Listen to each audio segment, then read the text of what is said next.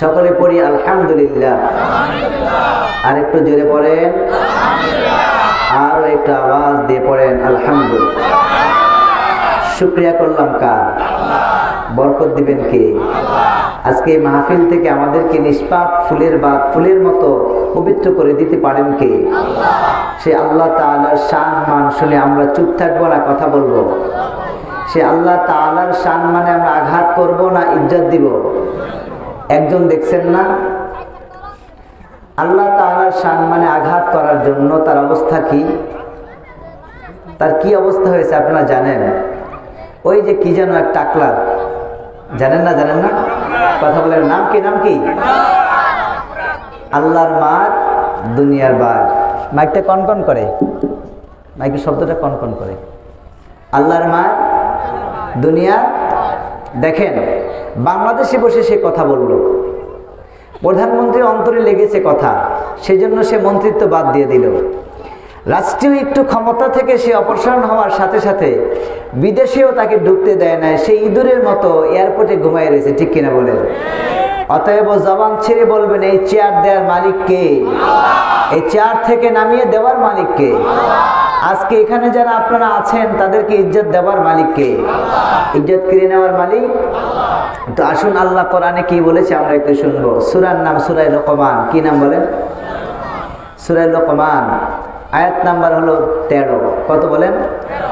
আয়াত নাম্বার হলো 13, পৃষ্ঠা নাম্বার হলো 11। পৃষ্ঠা নাম্বার হাফিজি কোরআন শরীফ 21 নম্বর পাড়া। আমরা সেখান থেকে শুনবো আল্লাহ সুবহানাহু ওয়া তাআলা আমাদেরকে কি শিক্ষা দিয়েছেন। আমরা সেই শিক্ষাটুকু গ্রহণ করতে কে কে চাই না? হাত জাগাই। কে চান? হাত জাগান। মাশাআল্লাহ বলি সকলে বলেন আল্লাহু আকবার। নারায়ে তাকবীর।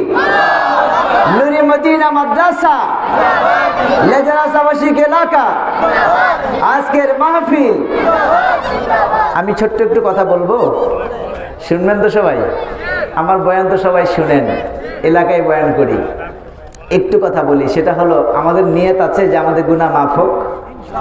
নিয়ত আছে বন্ধুরা আমার? তাহলে আসুন আমার সাথে বলুন, আউযু বিল্লাহি মিনাশ শাইতানির রাজীম। বিসমিল্লাহির রাহমানির রাহিম। ওয়া ইয ক্বালা লুকমানু লিবনিহি ওয়া হুয়া ইয়াইযুহু ইয়া বুনাইয়া লা তুশরিক বিল্লাহ। হযরতে লোকমান আলাইহিস সালাম তার সন্তানদেরকে বললেন, হে আমার সন্তান, লা তুশরিক বিল্লাহ, আল্লাহর সাথে শিরিক করো না। কার সাথে বলেন? আরো জোরে বলেন, কার সাথে? আল্লাহর সাথে শিরিক করা যাবে না। কেন যাবে না? এই কথা আল্লাহ তাআলা কোরআনে আবার অন্য জায়গায় বললেন, 5 নম্বর পারায় বললেন সূরা নিসার মধ্যে, ইন্নাল্লাহা লা ইয়াগফিরু, খুব খেয়াল করেন, লা ইয়াগফিরু আইয়ুশরাকা বিহি ওয়া ইয়াগফিরু মা দুনা যালিক। আমি আল্লাহ সকল গুনাহ মাফ করতে পারি, কিন্তু শিরিকের গুনাহ মাফ করব না। এজন্য আল্লাহর সাথে শিরিক করা যাবে না, ঠিক কিনা বলেন? এখন আল্লাহর সাথে শিরিক করা যাবে না, আগে তো আল্লাহকে চিনতে হবে, ঠিক কিনা বলেন? কাকে চিনতে হবে? আরেকটু জোরে বলেন, আল্লাহকে চিনতে হবে। আল্লাহকে কিভাবে চিনবেন? হযরতে লোকমান একজন আবেদ ব্যক্তি ছিলেন। কি ব্যক্তি? আরো জোরে বলেন। হযরতে লোকমান আলাইহিস সালাম, কেউ কেউ বলেন হাল কানা নাবিয়্যান ওয়া আবদান সালিহা, কেউ কেউ বলেন হযরতে লোকমান নবী ছিলেন, আবার কেউ কেউ বলেন না হযরতে লোকমান নবী ছিল না, হযরতে লোকমান একজন ওলি ছিল। কিন্তু মশহুর মত হলো হযরতে লোকমান আলাইহিস সালাম একজন আবেদ ওলি ছিলেন। সুবহানাল্লাহ পড়েন। হযরতে লোকমান আলাইহিস সালাম তার ছোট্ট ছোট্ট সন্তানদেরকে ডাক দিয়ে বললেন, এই মাদ্রাসার নাম কি? সবাই বলেন। এখানে ছোট্ট ছোট্ট বাচ্চারা পড়ে, আপনারা দেখছেন না? হযরত লোকমান আলাইহিস সালাম তার ছোট্ট সন্তানকে ডাক দিয়ে বললেন, ইয়া বুনাইয়া লা তুশরিক বিল্লাহি ইন্নাশ শিরকা লাযুলমুন আযীম।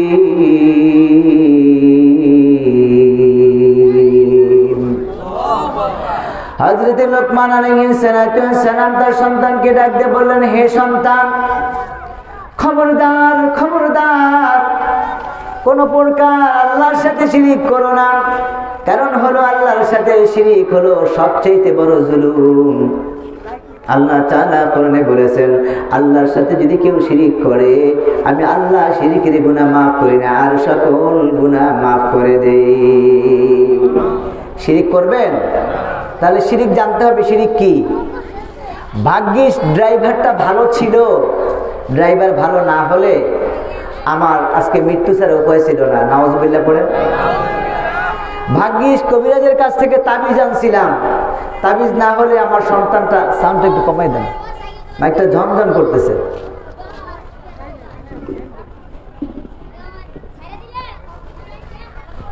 ভাগ্যিস কবিরাজের থেকে, ডাক্তারের থেকে ঔষধ এনেছিলাম, ঔষধ না আনলে মৃত্যু ছাড়া উপায় ছিল না। নাউজুবিল্লাহ পড়েন। আজকে কয়েকটি শিরিক আমরা শুনবো। একটা বাসের নিচের মধ্যে জুতা বেঁধে দেয়। কি বেঁধে দেয়? জুতা বেঁধে দেয়।